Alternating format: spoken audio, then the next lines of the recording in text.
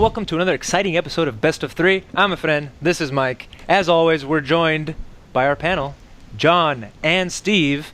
And today on the show, we're going to talk about a lot of things. At the end of the show, though, we're going to have Xian, who, I don't know if you heard about him. He's a pretty good Street Fighter player. He's been putting in work with Fang, and we're going to ask him all about it. But back to the panel. We got a lot of stuff to talk about. There was 3 Capcom Pro Tour ranking events.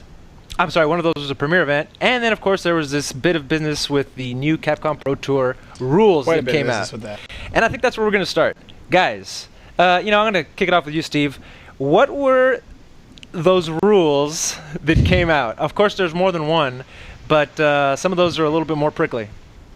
They finally put out their rules for the 2016 season, which in May, because this didn't start in February or anything like that. That's a whole nother issue that I'll go off on for a long time. But they put out the rules, and prominently in the rules there was a code of conduct, which included things like no gambling, no thuggery. Wait. Interesting. Was that literally that word? Was that word in the rules? Thuggery was in the rules. Oh my god! To me, that's by far the most questionable part of the whole set. It's just the use first of the all, word can we just thuggery. take a break? How do you define thuggery? John, how would you describe being thuggery? honest, a lot of the times that's been considered a racial term in politics. That's what I'm saying. How that comes up. It's been shot down as a very racial term. That's what I see. Like, just given the climate of our culture and stuff, like the first thing you think of is just some hoodlum or something like that. And I mean, naturally people are going to gravitate to racial things like that. So, I mean, I don't know, the word choice there. Obviously, they have something in mind, but they use thuggery. It's like no one knows what thuggery means. Like, I don't know. GG's, man. Oh, wow, that's impressive to me. You know, I'd been reading the recaps and I read your story, but I hadn't actually put together that the actual word thuggery is in there. Now, I'm sorry, I want you to continue telling us some of these prickly bits of the news, but the issue was the Capcom Pro Tour is not brand new. It didn't start yesterday. No. It's been going on for a while, and furthermore, there's been 2 seasons prior. Granted, it was a different game. So that's obviously part of the concern here. But again, you were saying, other than thuggery, what else we got? So thuggery was one of the big ones that jumped out. Another big one that jumped out, and the one we're probably going to spend the most time on, is that Capcom banned players from participating in the tour if they were sponsored by a company that produces adult materials or any business that reflects poorly on Capcom at Capcom's discretion. But they specifically... Here's where it gets interesting.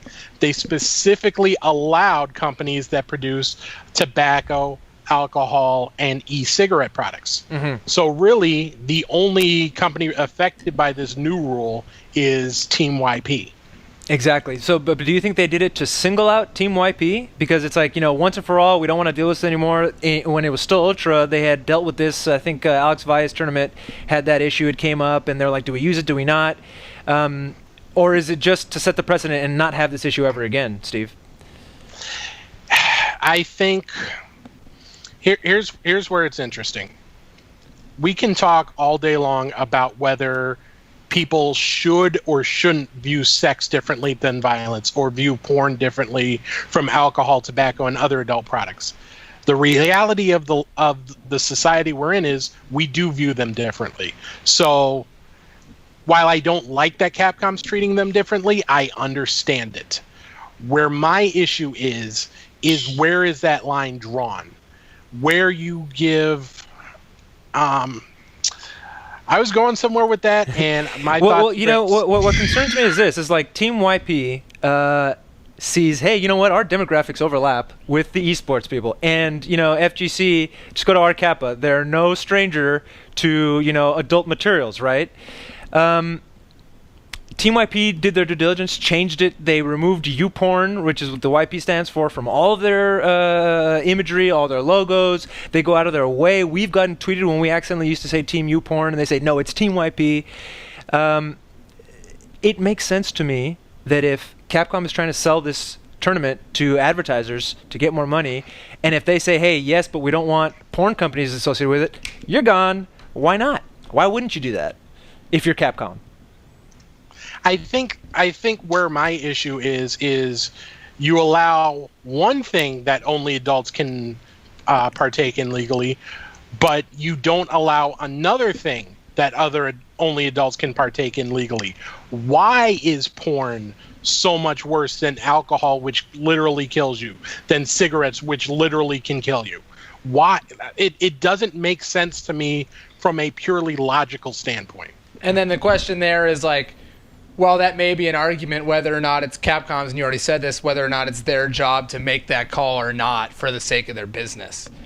I mean, the most unfortunate thing, as you stated, is probably that Team YP has been very close specifically with the fighting game community as a whole, and the people who run their social media, the people on their team, and the people who manage their team have been very close with the community on a very personal level, and not just on a, Red Bull overlords coming in there and getting in there. They seem to communicate very closely with the FGC as a whole. So well, speaking of which, 2 players got the shit end of this stick for sure, and that was Valmaster, French player, and Filipino Man, American player.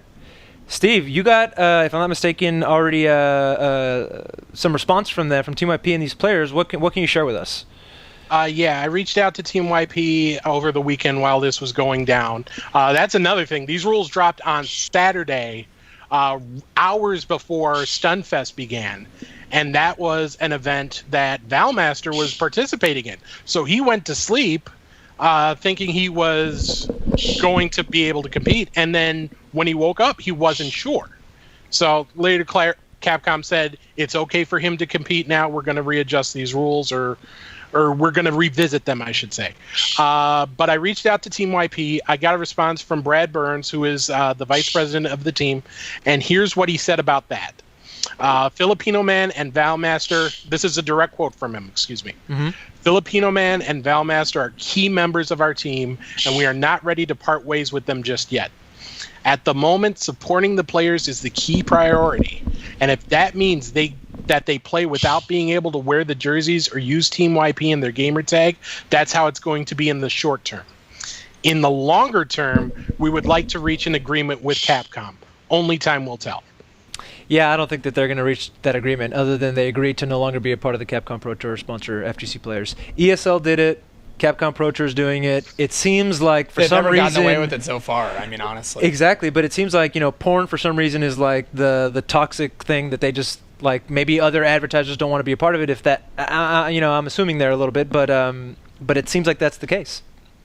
It's 100% the culture, though. Like the culture around us. You go around and you'll see billboards for Budweiser. You'll see everywhere. You'll see promotion of the things that you guys were talking about earlier, like the violence or alcohol or things like that. But very rarely or never will you see, any kind of pornography, at least packaged as actual pornography on a billboard. And I think it's just because Capcom and ESL and company are like, you know what, we can't do these things that are taboo in our society right now. Will they be taboo in the same way in 10 years?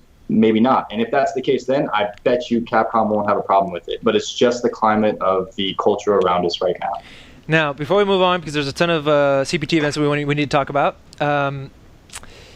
is this a necessary step? And now all these other advertisers are going to come in. Now we're ready to come in. Now you're going to get your Bud Lights. Now you're going to get all these other companies. Because is that how that works, or am I misreading that? Steve, you're shaking your head. Here's the thing. They didn't really solve this problem. They just kicked it down the road again. Because remember, they had a dust up before Capcom Cup, where Valmaster came out in that blurred Team YP jersey. Right. That didn't have the name on there. So they had a chance to resolve it before this season started. They didn't. And they had a chance to resolve it now. They didn't. Now, one of two things is going to happen that's going to bring this to a head. One, either Team YP says, enough, we're tired of this supporting players and not being able to get anything back, and they're going to pull out and screw over Valmaster and Filipino Man. Or Capcom is finally going to put the line in the sand and say, no, Team YP, you are not allowed, period. No workarounds, nothing. We don't want to associate with that. Until one of those things happen, it's just going to be the story that never dies. Steve, very nicely put. We'll have to wait and see if they pull out. Now let's talk about the Capcom Pro Tour. There were 3 events: Toryukin in Canada, Stunfest in France, and of course, Lima Salty Peru. Can you guess where that was? It was in Peru. It was in Peru, Mike. I thought about it for a while, but you finally gave me the hint I needed. Let's kick it off with Peru. I'll go ahead and give you the results here. Spoilers for anybody watching. Mysterio took it with Karin. He's a Chilean player, and you were confirming for me that, in fact, he is a King of Fighters player. One of the best, period, in the world. Is there an untapped King of Fighters pros about to get into Street Fighter world that we don't know about yet? Because, Romance is doing pretty well, too. Romance is very good. Bala did well. Wait, what's the other guy's name? Reynald. Yes, that guy. Reynald has been good at a variety of games, including Persona and now Street Fighter. King of Fighters players are definitely good fighting game players, and for a long time they've relegated themselves solely to King of Fighters, but with the current situation where Street Fighter V really is by far the dominant fighting game, you're going to see him playing that at least until King of Fighters 14 comes out later this year. That's a topic for another day, but I am interested to see what happens when that game finally comes out. He beat Chancho K. Had anybody heard of Chancho K prior to Lima Salty Peru weekend? Steve? John? Can't say that I have. Okay, well, he used Laura. He got second place. Chilean players beat Peruvian players, and it was pretty exciting. Toryukin, we'll leave the premier event for last. Toryukin was exciting for me because Justin Wong is on a tear. This guy cannot lose the events that he goes to, and he now is at the top of the leaderboard with 588 points. And this is totally going to... There we go. And yet again, it's just like Street Fighter 4. I mean, well, tell me about that. Is Justin Wong just that guy, or is everybody trying to catch up? Does he have, because, he always goes to games that are fresh, and then he wins them, right? He won Mortal Kombat 9. Oh, yeah, he won everyone's always catching up to Justin at the start of every game, at least in America. Just the way he plays fundamentals, the way he boils every game down to play very similarly is hard for other people to catch up to at a quick pace. And I'm sure he'll stay dominant throughout the life of the game. I mean, he's obviously an amazing fighting game player, but the early years have always been Justin's years. And Steve, you were pointing out to me that the only guy who really gave him any kind of trouble really was F-Champ, and we're seeing a little bit of that match right now of F-Champ versus Justin Wong. These dudes have probably played each other quite a bit. Oh, yeah. F-Champ is taken very well to the game.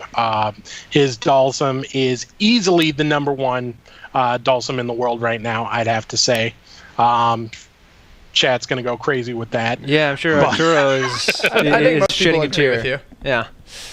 But yeah, I mean, if you look back, this is now the second event over the last few where there's only one person who really gave him any sort of threat, and that was F-Champ. So you have to think, if anyone is going to be able to stop this reign of terror, it's got to be F-Champ at this point.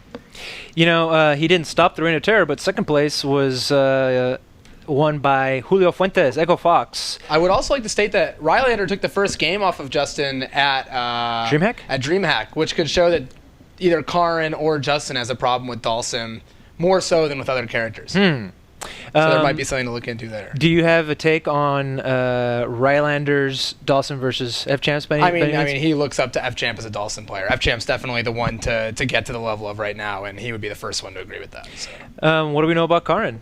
Is that? I mean F-Champ said that he thought Karin was one of Dalsim's worst matchups at least a month or so ago. I don't know, but I've heard Karin players say the same thing back. So it's one of those back and forth kind of matchups. Really, I still believe at this point very few matchups are figured out. Yeah, I mean, I feel like everybody has their opinions on it, and then you see a stream, and you're like, nope. It's a wash right now still. And because there's so few characters in the game that they were better balanced, I guess, in the initial production of the game. So, I mean, there's less obvious flaws. There's a couple matchups in the game that really suck, mostly involving Zangief. Yeah, tell me about it. You brought it up, Steve. John, you can chime in whenever you want, but here's a shot of Arturo Sanchez losing to Canadian player Van, one-up Van. Why did you bring that up, that Dawson isn't, or I'm sorry, that F-Champ is the best Dawson player, Steve? Well, when the game first came out, I mean, these two, F-Champ and Arturo, were kind of dominating online. It looked like they would be dominating in tournament as well. F-Champ has, and for whatever reason, Arturo just hasn't. You know, he's done well at certain events. He got third at KVO. He knocked out Kazunoko. So it's not like the guy can't play. It's not like the guy can't perform in tournaments. It just, for whatever reason, isn't coming together on a consistent basis right now. Well, there you have it. Did you catch anything, John, that's worth mentioning from Toryukin? I caught the end of it, just seeing the way that EG is playing right now. Obviously, specifically Justin, but then Eduardo doing pretty well too, and then I think Ricky cracking top 8. Those three have been doing really well at pretty much every event they attend, and so that was really exciting for me, just seeing like how, you know, we're watching like Mad Cats kind of go to the wayside now, obviously, but EG rising up in the way they have. So that was kind of the thing I took away from it. You know, well, is it EG that's rising up, or is it Justin that's rising up? Well, Because Justin much more so right now. Like, we're like probably the best player in America, and then there's been a little bit of debate going around of like, is he the best in the world at Street Fighter V? That may be a little bit, you know, pressing the gas a little bit too much. But the guy, you can't deny him. Like you said earlier, who's the best in the world right now? Who's the best in the world right now, John? So that's a great question, because we had Infiltration, bar none, like, oh, I won 2 premier events in a row, best in the world. There was some talk like, oh, Tokido's on his heels, but he's being beaten by Infiltration. But then now we have Momochi winning an event like Stunfest with all of the killers from Japan coming out. Infiltration wasn't European players there. Infiltration wasn't there. He didn't compete. He's been MIA for quite some time now. So now you've got basically Infiltration sitting on top. And I still personally think Infiltration's the best characters. I bet you the next time we see him in tournament, he's going to pull out a new character. Like why not? You know, but the way he plays, I think, yeah, he's got everything that he needs. And he can just let everybody else kind of fight each other. He can watch Justin Wong on like the 600 different tournament streams that he's been on now, download everything that he needs to know about all of these players, and just have his notepad right there, commenting money from tournaments and such. As a tournament player, do you want that experience, or do you like, I got my points, now I'm going to chill and watch what everybody's doing, and, you know, this guy's a self-proclaimed lab monster, you know, he can figure it all out on his own. What do you think is best, or is Infiltration a unique case? I mean, If you're in... Go ahead, Don. Well, if you're Infiltration, the way the guy plays, the way he goes into his bat cave and then comes out with all this ridiculous new tech and all these new characters, I bet you the next time we see him in tournament, he's going to pull out a new character. Like why not? You know, but the way he plays, I think, yeah, he's got everything that he needs, and he can just let everybody else kind of fight each other. He can watch Justin Wong on like the 600 different tournament streams that he's been on now, download everything that he needs to know about all of these players, and just have his notepad right there, come in and the Capcom finals and just destroy everyone. So if you're Infiltration, that way. If you're a player that needs to be constantly moving and grinding with everybody else in tournaments, then that's for you. But Infiltration, no. I think the guy's lurking, and he's growing probably more than anybody else is, just because of the way he kind of trains himself and such. And yet again, from my perspective, it's hard to tell whether or not he's not going to tournaments because simply he doesn't want to. But the fact of the matter is, strategically, I do think there is some sense there. And a lot of that comes from the fact that, you know, everyone has Nash in their top 3, their top 5. But Nash is pretty much completely represented by Infiltration. This character has not reached the upper echelons of these tournaments outside of him specifically. And thus, people aren't really able to get matchup experience at that level unless it's versus him. And so we saw the Chris G route of this in Marvel 3, which was go to every tournament, win every tournament with this Morrigan that no one else can match, and then lose at EVO. And maybe he's trying to avoid that sort of scenario. Yeah, don't let him figure it out. Yeah, but I mean, at the same time, he's such a strong player, and I mean, he played he's used to playing characters that people do know how to fight, like Akuma in Street Fighter 4, etc. That I don't think it's necessarily what he needs to do or what he's trying to do, but it could be part of his plan. Well, here's the thing, though, with Infiltration's schedule. You know, he had obligations for Stunfest this weekend. He said he was going to go to all the premier events. There's only been 2 so far. He also went to Red Bull Kumite, and guess what? He won all 3. So I don't think right now he's gone to 3 of the 4 biggest tournaments thus far. He's won the 3 that he's entered. I don't think there's any question right now that he's still the number 1 player. I agree with that. Well, there you go. Let's talk about some of those guys that could potentially beat him, and those are the ones that were at Stunfest. That was a really exciting tournament. Stream issues aside, Houston, we have a problem. That screen that kept popping up was pretty frustrating to see, but man, was that action exciting. And of course, my favorite one was this Ryu moment, and I'm sure Will can pull this up on the screen here in a second. This right here I thought was really exciting. This is Daigo. He's at his first Capcom Pro Tour event, not his first Street Fighter V event. And just to see him doing cool stuff like that, where he, got his opponent, who was he fighting there? I'm totally blanking. Kazunoko, to the point where he would just sit there and take that. I mean, he got in his head to that point. You can see it here, and make him eat that full EX Denjin fireball. I got pretty hyped. That's me as a spectator, not as somebody who analyzes the game at a deep level. Really enjoying what Daigo's putting out. Daigo's always played in kind of an explosive way. He's been known for the Ume Shoryu, which is kind of the Shoryu in a crazy situation. And no surprise to see him playing this way, at Street Fighter V. He got, where did he finish, Steve? Daigo finished tied for 7th alongside Eita. That's right. That's pretty good for a first tournament this far into the life of a game that was this strong of a tournament. So, some people are shocked they didn't win the whole thing because he's Daigo, but it's been tough for anyone to be that consistent since, Street Fighter 4 hit its stride and now Street Fighter 5 coming out. Things have moved around at least on a yearly level since then. No one's dominated for multiple years in a row. As a side note, did you guys notice that even though he is still technically partnered in some way, shape, or form with Mad Catz, he was not wearing any Mad Catz shirts? I think that's the first time I see him at a tournament not wearing the stripes, right? But that's just another topic there. Momochi took it, but our Mika was on display here at this tournament in a very impressive way, in a way that I hope or suspect will be shutting up some naysayers. And that was, of course, Fudo doing some crazy stuff. Let me find the clip here, and then we can talk about it. Well, what makes me feel crazy is when people watch Fudo and they're like, wow, he'd be so good with Karn. I'm like, are you watching the screen? This character's so good. Like, everyone should play Mika. A lot of people thought we were about to see an R-Mika player win a premier event. Right. It didn't happen. Of course, it was against Momochi, but it really looked like it could have happened. I mean, it was the reset, right? So it was close. John, Steve, any thoughts on Fudo's R-Mika? Yeah. The character gets a lot of flack because of reasons we've already talked about. But now we're seeing her first, maybe it was a week or two ago, in the hands of Luffy, just dominating. It was at Kakutop, right? And then now with Fudo, who no one's going to question Fudo's skill, his patience and such. And you sit there with a patient R-Mika, who then, once she gets in, can do her crazy R-Mika shenanigans. And you're seeing the potential of that. And that is second place at Stunfest, giving Momochi a run for his money, potentially taking one of the biggest tournaments we've seen for Street Fighter V thus far. I don't know where to put the character. I'm sure that debate will come up every time someone does something cool with R-Mika or does something ridiculous and scrubby with R-Mika.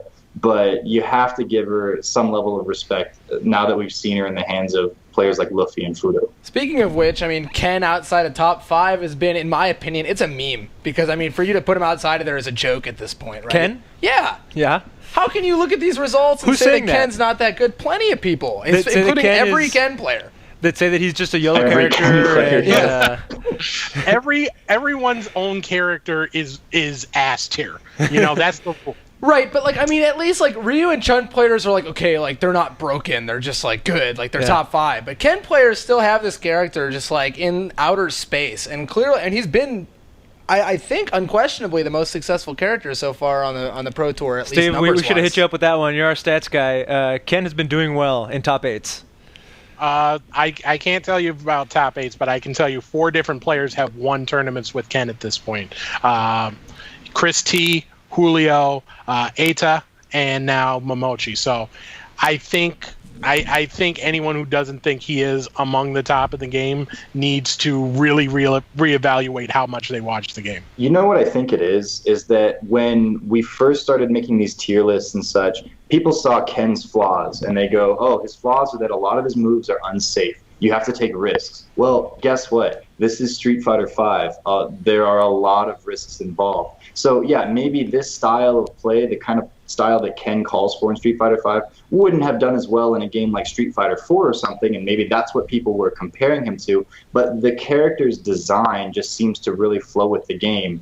And yeah, I haven't put him in my top 5, but I can't argue with the way these results are panning out. It's like, it's not just one player taking him to tournament victories and doing really well with him. It's at least 4 different players have won with him, and other ones like Xian did really well a few weeks ago, and he's all over top 8s everywhere. I can't deny the results. Guys, I promise you I was not going to bring up the 8 frames of lag thing, but is Ken a character that benefits from that, in that later when there's, assuming that ever gets fixed? Theoretically, yes. If you're going to call that like an issue with the game, the fact of the matter is a character relying, less on whiff punishing and a character relying more on these moves that are slightly unsafe but come out quickly, so you have to react a little bit faster, is going to benefit more from that. And because he has hard to anti-air normals like jumping heavy punch and in the jumping EX Tatsu, yes, the extra few frames might help out players in a couple situations more so than versus Dhalsim. Sure. Okay, I was just curious. Actually, Dhalsim's a bad example, I'm sorry. But, plenty of characters. A guy like Geef, right? Right. Who, to hear Snake Eyes tell it, the game is unplayable for him with Geef because of those 8 frames. Anyway, I was just curious if that was. And I do think that's strong, as I've said. I personally think that's a strong opinion, that it's completely shifted the tier list all over. I'm sure all of these Ken players would be doing well if it was 5 or 6 frames of input lag still. So, hypothetically, they alleviate this 8 frames of lag situation. The tier list change? Super hypothetical. Personally, I don't believe it would shift around, at least in any huge notable way. There you go. Personally. Yeah, I'm with you on that. It's the players who are winning with Ken are still going to do well with Ken if it goes down to 4 or 5 frames, because they're flat out good players. That's the bottom line. Gentlemen, one last look at the Capcom Pro Tour standings. Again, we have Justin Wong at the top, 588. We haven't figured out that magic number where if you hit at least this, you're pretty much in. But I'm willing to bet that Justin Wong is going to be at the Capcom Cup at this point. It would take an absolute miracle to keep him out at this point. Yes, it is mathematically possible for enough people to pass him still, because we still have 3/4 of the season to go. But realistically speaking, you look at the gap he has between second place and the current cutoff. He's got almost 450 points of safety to work with. So he can just start booking his tickets. He can get in a day early, take in the sights of San Francisco if he wants. Take a ride across the Golden Gate Bridge. He's got time to plan this out now. Well, there you have it. And the one thing I'd like to note about that list as a whole is I think for America, you're starting to really see the difference between the pro Street Fighter players and the people who are doing it as their hobby. What do you mean? And what you're seeing is that these top 2s and 3s are filled up at locations in America's general vicinity by Justin Wong and by Ricky and by K-Brad and by the people who are flying out to all of these events. Mm-hmm. And I don't know if that'll change in the future. Maybe people will catch up and, they're getting to play the game less, will eventually matter less as time goes on, or if the gap will widen. Mm-hmm. But you're already seeing that really develop, and these players are just giving anyone who's not a total pro a completely impossible time. Wow. And I think one thing we have to point out before people blow up about this, Justin's number 1 thing. The schedule is very front-loaded for American players. Combo Breakers this weekend. I'm going to be there, say hi to me as I go 0-2. But after that, half of the ranking events in person for North America are done. Latin America will only have 2 or 3 done. Europe will only have 3 done. Asia will only have 2 done, I think. So anyone, Justin's going to be safe. But these other players, the PR Rogs, not Julio's, but the Ricky Ortiz's, who are kind of in good position right now, that's going to start to slip as we go a couple months between ranking events in the U.S. after this weekend. Shout out to the EG guys. They had a good weekend. Combo Breakers coming up this weekend. I know you're going to be there. Steve just said he's going to be there. It's your hometown, isn't it? Back to Chicago? Yes, although I will say Home that turf? It's a little further from Chicago than it has been, but yes, the city of Chicago is my home turf. You don't consider yourself an Austin boy yet? Come on, man. No, I have that Texas shirt. It's a Chilean shirt.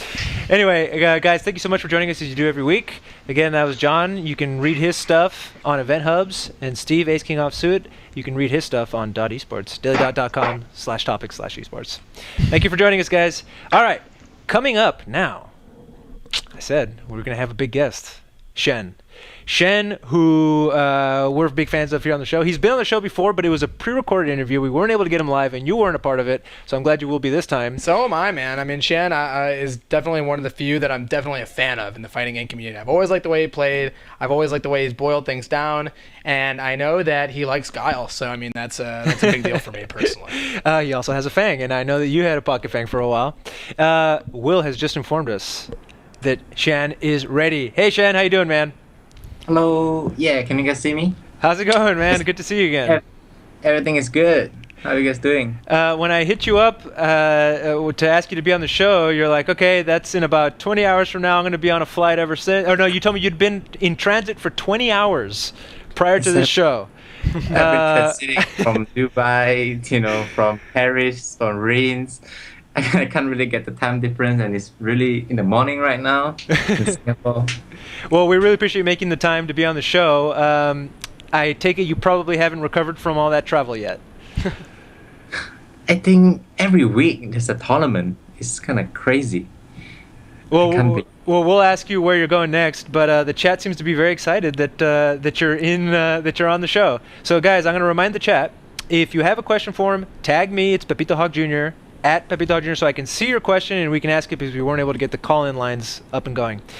Xian, let's talk about your Capcom Pro Tour activities as of late, and we'll start with Stunfest. You finished 5th. Start us off there. How do you feel about your performance at Stunfest? I think it's pretty good compared to the last 2 premiums that I went to, which is Final Round and NCR. I think this is my first top 8 breakthrough. I don't think it's gonna be easy to make a win because there's too many killers, and I probably want to go to more rankings. I think premiums is getting a little bit too hard. So you're gonna take the Justin Wong route and go to all the ranking events? But my ranking event is the same as Stunfest because the Asia ones, the next Taiwan and Thailand, it has all the same people from the Stunfest. So yes, like 20 Japanese going, just minus Daigo, that's all. So Yeah, you gotta start living in South America. Yeah, what about those Lima, Peru? We're getting a weird echo here, but you should have gone to salty Lima, Peru over there, and you could get your 126 points. It's really far away from my country, so I'm not really sure how this will work out though.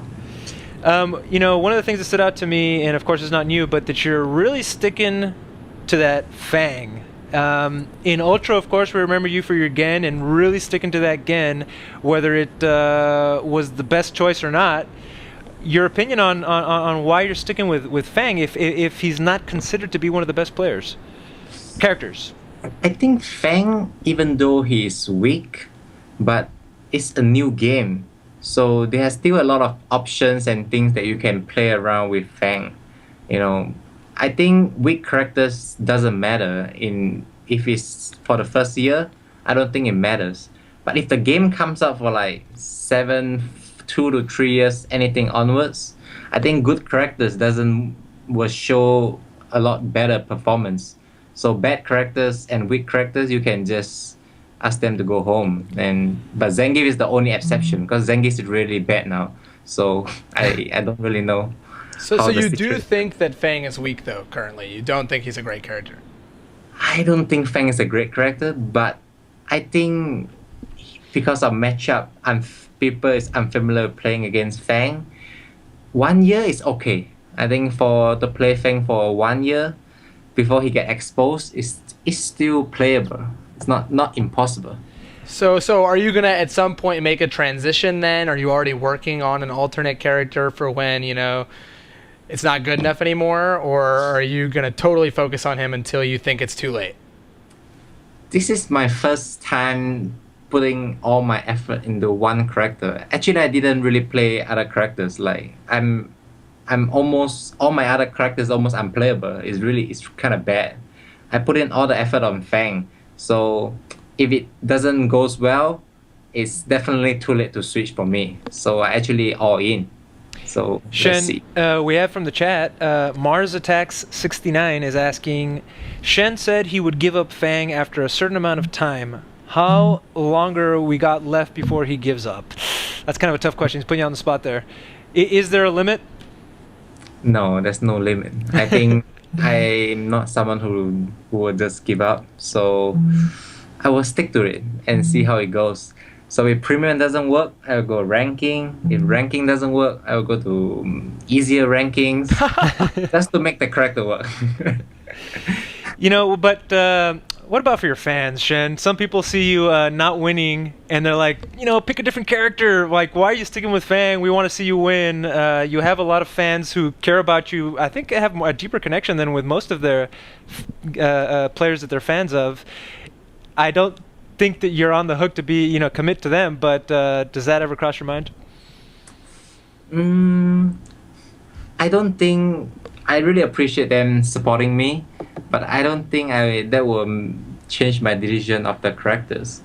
But I felt more like the Asia has a really, really hard to qualify compared to any other region. Well, there you go. Yeah, that's definitely true. One question I have about Fang is that there aren't a multitude of high-level Fang players. I mean, there's Sonic Fox, there's yourself, and Sonic Fox has been relatively absent from most tournaments. Mm-hmm. Do you have to come up with all the tech on your own? Is there anyone you can steal from? I mean, how do you innovate for a character that you're the only one really playing? Actually, this is the first time that when I watch replay, I didn't watch Japanese Fang because the Japanese Fang that I know, I don't know all of them, but like the more popular ones, I don't think has a lot of tech. But I actually watch Sonic Fox more because Sonic Fox and Mono PR from America and Puerto Rico, I actually watch their videos more. If I want to learn something, I think it's really interesting to watch them to gain some inspiration because they're very interesting mind of their own because he came from a different game, so it's nice to see his approach towards the game. Shen, sticking with Fang questions, Captain O'Hare wants to know, what is it about Fang that attracts you to him? I think he just looks like Gen, like all because he looks like Gen. That's a perfect answer. The buttons are just like very similar, and I thought this character is for me, and I thought Capcom loved me, so they give me a good character, but it's not. So here's something I've noticed personally. It's getting a little more in depth watching you play Fang, and it's that obviously the way Fang has to fight versus 3-frame jab characters and 4-frame jab characters is different because he's only +1 after a few moves. He'll trade automatically. Do you test players out to see what they know about Fang so you can get away with stuff, or do you try to just always do what would work? You have to test players because with Fang you cannot play the game. You definitely have to play the player at some point of time.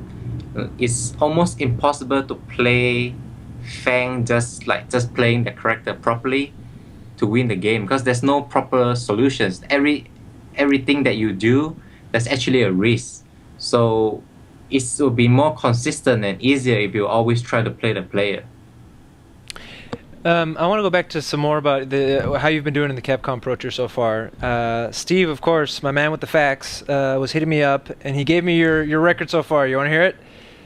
33rd at final round, 9th at NCR, 9th at Red Bull Kumite, 1st in Kuwait, but it wasn't a tour event, 4th at Battle Arena Melbourne, and 5th at Stunfest. It's going up. And then it gets a little wobbly there. After you got 4th at the Battle Arena Melbourne, you said that you were disappointed and that you were going to work harder and hopefully you could have the results that you wanted. Then Stunfest comes and you got 5th. How do you maintain that positivity? I think you don't really need a lot of of strong mindset to maintain because it's only been 3 months since Street Fighter V. I think to give up on a character that fast is pretty ridiculous. Like, I don't think people will give up a character really that fast. I just felt like you should just stay on it and see, maybe one day on event hubs or anywhere you can see Shuriken, some tech coming out for your character. It's like Ken. Everyone thought he was very weak at the start, but just less than a month is like one of the better characters winning tournaments already. So, but when you're not getting the results that you want, but you're still a pro gamer, you're still signed by Razer, you're still going to be going to these events.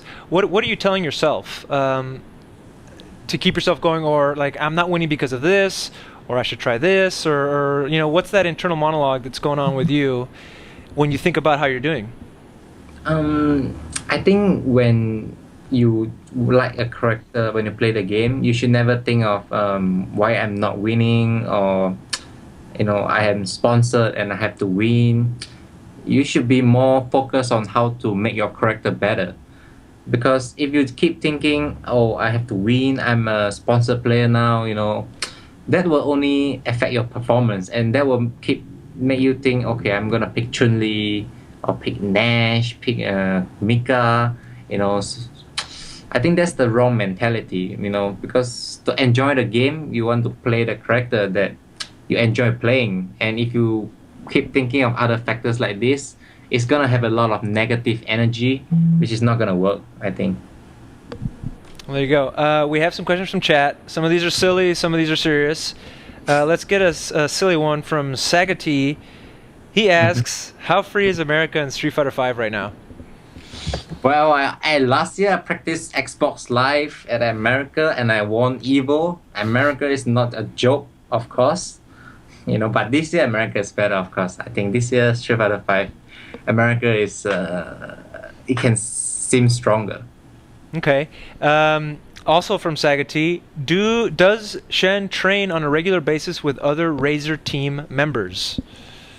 I do play with Infiltration during the start of the game, only when the game launched. That's when he came to Singapore. But besides that, I hasn't really trained with him. But when we went to Street Fighter V Crash in Korea, I play with Fudo and him sometimes, but not a lot, just in a hotel, a few games, and we go back to sleep. So is like Infiltration, is most of your practice watching videos and in training mode, or is it playing online, or is it playing with locals? How do you get so good? I think he just practiced in the training mode a lot and watch videos of players and study the opponents, but he definitely doesn't know the formula because I'm not winning. So when I found, I will let you know. Well, we have some questions for you. I mean, people just want to pick your brain on what you're thinking of the game. Questions about matchups. Cyanide wants to know, how bad is Fang versus Cammy? And of course, we have a clip here of your match versus Xiaohai's Cammy. I think Cammy is one of the worst matchup for Fang. But this one character that makes me really want a quick Fang, that's Cammy. This really, really annoying. But I think I got a lot better during especially this last 1 month. Like, I have been practicing a lot to beat Cammy. And at the start, I lose to every character. Like, I didn't understand why Capcom make this tall, trollish character, because I can't beat anyone in my country, and I feel so frustrated when I play him at the start. But eventually, it just gets better and better. And now if the worst matchup, Cammy, I don't feel like it's impossible, then I think I can still play Fang. Yes. What's interesting about Fang, and this is yet again getting more specific, is I've actually always felt he does pretty well versus Ken. How do you feel about that? Yes, I agree. During my first month when I play Fang, I always think that Fang has an advantage over I agree. Ken and Mika. But Mika? somehow, yeah, I think Fang does well against Mika. But that was during the first 1 month. But eventually things start changing, and I don't know if Mika and Ken player start improving, or the truth I just start to realize the truth that Both are actually really hard matchups. But Momochi is probably the first guy to expose Fang in such a like that fast, like in such a short time, to expose all the weakness. Momochi is probably the only one so far who managed to do that. You know, you mentioned that you think Fang, you guys concurred that Fang has an advantage over Ken, but we did have that question from I Got Them Bomb saying, how good is Ken? Ken is doing really well in the Capcom Pro Tour, and he's, you know, a hot character right now on the tier list. What is your personal opinion on Ken outside of the Fang matchup? Ken is definitely good. I mean, Fang is only good against Ken during the start, but now Ken is very, very good against Fang. Like, he's very advantage over Fang already. Ken overall, I just think if I don't really feel like Ken has anything to do with the lag, because I think it's actually just hard to, because he has the 15 frame dash. I think even without input lag or anything, he's still gonna be pretty much strong, and the running shouldn't be used that much anyway, and the jump tatsu is really good. The potential is just too much. Comeback factor, he almost has everything. I felt like he's climbing almost on par with Ryu and Chun-Li, and could get better if Chun-Li and Ryu doesn't start to evolve. Interesting. Okay, I'm going to keep going here with the questions from the chat. Jonah10 asks, is Shen looking forward to any DLC characters that you might want to pick up? Oro. Is there Oro in the game? He has not been announced yet. Maybe next season he'll be in there, but that would be your pick? Yeah, that's almost like the only character I'm kind of interested. I'm not really interested in Urine. I'm not interested in a guy who wears nothing and just... Oro isn't wearing a whole lot either. Did you say Guile has nothing, or is that what you said? Urien, he's not interested in a character who's just wearing the loincloth. Because you liked Guile in SF4, right? So what's the deal with Guile in SF5? Guile in SF5 is like not here and not there. It's kind of weird. I don't know, man. He just doesn't look attractive at all. I can see that. Yeah, and he usually has a good music, but the Nash music is better now, so no reason to pick him. So no Guile love, man. You were hoping to get some Guile love. You know, I was, and it's sad because, and this is going off on a tangent, but I mean, pretty much every Guile player, and even like the Guile sub players, has said that they're not gonna pick this character. And I don't think he's. No, I do kind of think he's bad, but he's better than I think people think. But that's a different but still subject. not good enough. Shen, Yeah. do you agree with that? I think nobody really care about him to do the training mode or even put in any effort. You know, people just do the combo video and post it on Twitter. I don't know how good that character is. It's too hard to tell. You know, there was that one really cool set, and I brought it up to you the other day, between NuckleDu and Dominion, and it was a 5-0 for NuckleDu, and it looked like, yeah, this match is maybe just more simple than people are making it out to be, but it's still a solid match, or a character rather. No? I mean, there's a lot to get into, and that's a subject for a totally different thing, but... Shen, after you've matched with Guile, come back on and talk to us about him, okay? We have a question here about the way the game is rolling out, about anti-airs and people not anti-airing, and it being a jump-heavy question. This is from Unbeheld. Can you please ask Shen if he thinks that Street Fighter V rewards gamble jumping? It seems players without invincible reversals are really not comfortable to anti-air because the damage risk is not worth it. A lot of casters complain that they aren't anti-airing, but it looks more like they aren't willing to risk anti-airing. How do you feel about the jump-ins and the anti-airing that you're seeing in this game? I think there's a lot of reason to come for the anti-air. Not okay. First, if people may say it's the 8 frame of lag, but that's not the only reason. That's like 10% of it, you know, the 8 frame of lag. I think one reason is because in Street Fighter 4, people has a lot of habits in focus backdash. So when people doesn't look out for anti-air sometimes, they just do focus, you know, so it's really fast in Street Fighter 4. So when in Street Fighter 5, if you are not looking out for it, you probably have to block. So they are not used to it. And of course, because if you're playing against like Ken, Nikeli, Nikeli has a dive kick that trades better against the uppercut, and Ken has a Tatsu that normal attacks almost doesn't. Yeah, the normals doesn't able to anti-air somehow. Even Mika, even Fang, stand medium kick, it just couldn't anti-air against Ken's Tatsu. It feels like there's no hurt box at all. So I think all the reasons little bit just contributes to why anti-air is hard in this game. Well, Here's an offshoot question for me, and this is: are you interested in King of Fighters 14? I know you loved previous King of Fighters titles. Yeah, I play a lot of it during the Stunfest. There's a free-play, 5 free-play machine actually. I think it's becoming really much scrubbier, like Street Fighter 5. Everything is simpler. You're saying that the new King of Fighters 14 is scrubbier or simpler? It definitely feels easier than all the other previous version. It's like Street Fighter 5 is like the easiest version. I don't know. I only play Street Fighter 4, you see, so it feels like 5 is a lot easier.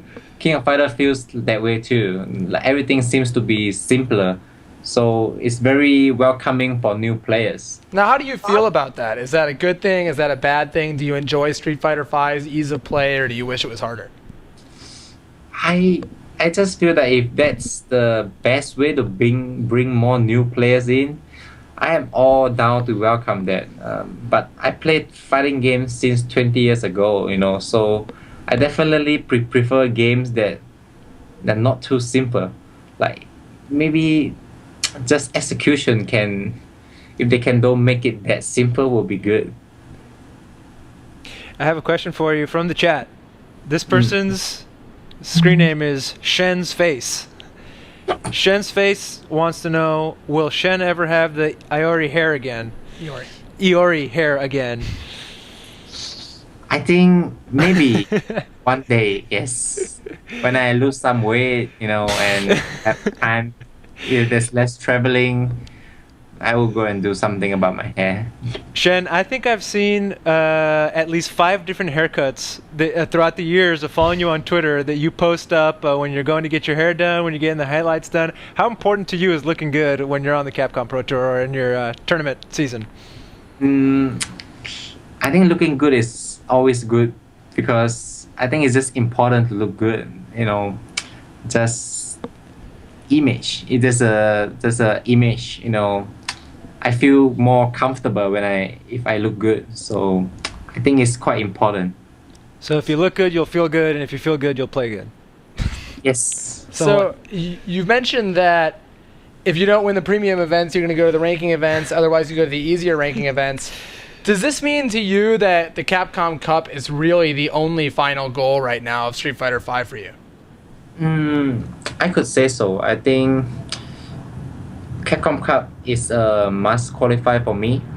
I really wish to qualify, and if the Asia one is going to remain like this, I will probably try to travel a little bit out of Asia, because Asia one is all the same as premium. It's too hard to get consistency points. Now, there's a precedent in other esports, like StarCraft, for example, of going to compete in North America for that very thing that you're delineating right there. So, I mean, I don't see why anybody would have a problem with it. No, certainly not. And here's another question I have based on that is, if it weren't for the money, would you rather win EVO or the Capcom Cup? Outside of the money, of course, because, I mean, clearly anyone would rather win Capcom Cup. But I think both ways equal for me, 50-50. Both is equally important for me. So, but I have never won Capcom Cup, you see.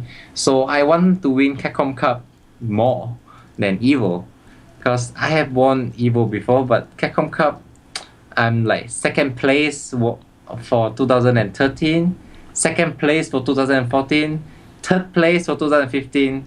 I just cannot scratch, feel the money, like feel the taste of winning Capcom Cup. So I hope I can do it, but this year seems to be the hardest for me because it's a new game. I mean, but that's what keeps it exciting, of course, right? You know, if it was easy, what would be the point, Xian? You got to have a challenge. Yeah, challenge is always good though. Hey, but speaking of different types of challenges, of course, we mentioned earlier at the top of the show you're at the Red Bull Kumite and also at Street Fighter Crash. I am interested in these events because they're exciting, they draw attention, they get a lot of love, and they're not your typical events. I mean, I don't know if that is the reason why they get a lot of love, these nice, lovely ladies that present you guys. And check you guys out, coming out like total American Gladiator ballers. I don't know what you would call that, but it looks really cool. This is Team Razor walking out from behind the curtain. How do you like events like Street Fighter Crash? We had questions in the chat about it. I think Street Fighter Crash is really, really great because they book us really good airline, direct flight. Their hospitality is really good. They bring the players to a team tournament, a different concept from CPT, Crackdown Pro Tour, and other events. Because I really think team tournament is really fun for this game because their character matchups, they are really hard for every character, most of the characters at least. You know, so team tournament makes you have more strategy, and I like the concept of how they make a team tournament and going really professional in doing it. And it's cool to have some makeup sometimes when you go there. It feels very esports, and I like the feeling. Now, I mean, in Street Fighter 3 Third Strike and in anime games, team tournaments were the regular. And I mean, Togeiki, the biggest tournament, was often run as teams. Do you hope that a major tournament, either in America or in Asia, will take over that reign and become, you know, the big team tournament? Maybe not. Why not? Because I think it's quite hard for some people to find teammates, you see. So if that will reduce the number of people joining tournaments, then I'd rather it will not be a way, you know, because I like seeing more people. But if somehow team tournaments, there will be more people joining, yeah, I would like to see that. I would definitely love to play team tournaments all day. I mean, you have a stacked team, of course. That doesn't hurt. To be on Team Razor, that's pretty easy to say. You feel pretty good about that team. When on that Street Fighter 5 Crash clip that we just played, when you guys walk out from out the curtain, you guys look so proud and like these guys are here to, you know, take some names. How do you like being a part of Team Razor and, you know, representing Team Razor like that? I think it's definitely feels great. Like, you know, to go into a team with two other Evo champions, and you know that if you fuck up all of a sudden, and you have two godlike teammates, you know, behind you, it's like that feeling is like no stress. You don't feel the pressure, so you can just play your A game. You know, it's very fantastic feeling to play like this. Now, just a short question: do you like going first? Do you like being the anchor? Do you like going second? What's your favorite spot on a team? Depends how strong I think I am. Right now, I think I like going first or second. I definitely don't like going last for now. But I think in team tournaments, it shouldn't matter because you should just play the matchup you are more familiar with, and the sequence shouldn't matter. The strongest doesn't have to always be the last one. So, of course, you know, you can look at the results and that can tell a story, but from to hear you say it, are you implying that you think that Infiltration and Fudo are stronger than you right now? I definitely think Infiltration and Fudo is now Infiltration is probably the best, you know, and Fudo is on a higher level than me. So I would definitely want to catch up with them, especially now that, you know, Momochi has improved a lot as well and catching up. So I would definitely want to catch up with my teammates, and I make a promise to them I will do well and beat some people in the Street Fighter 5 Crash. So I hope we'll see. We have one final question about Street Fighter 5 Crash from Busta Wolf, and he wants to know, ask Xian, blue dress or white dress? White. White? Okay.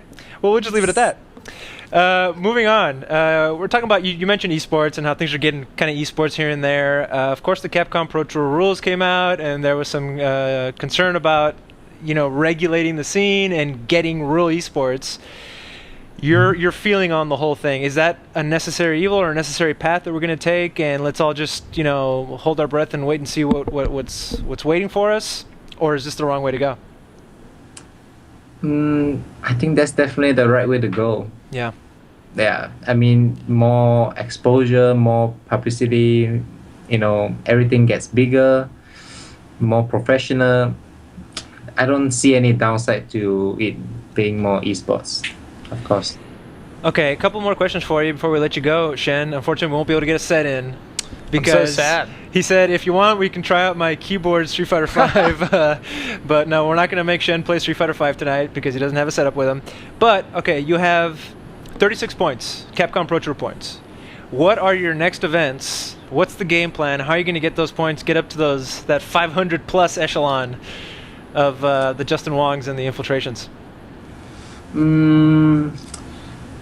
My next event is probably still Street Fighter V Crash and Street Fighter V Crash. So after that, I actually wanted to take a break, before I traveling to more events. So I'll probably skip the premiums or ranking for June. I may attend one or two of it, but I definitely won't attend all of it. That's all I would say. Surely you'll be there at EVO. EVO, yes, of course. But then I got an invitation from China. I think it's a U League. So maybe it's like a round robin in a league style. So I probably would like to attend a tournament like this because I really wanted to play more than 2 games. I think 2 games is really hard for me to show what I can do with the character.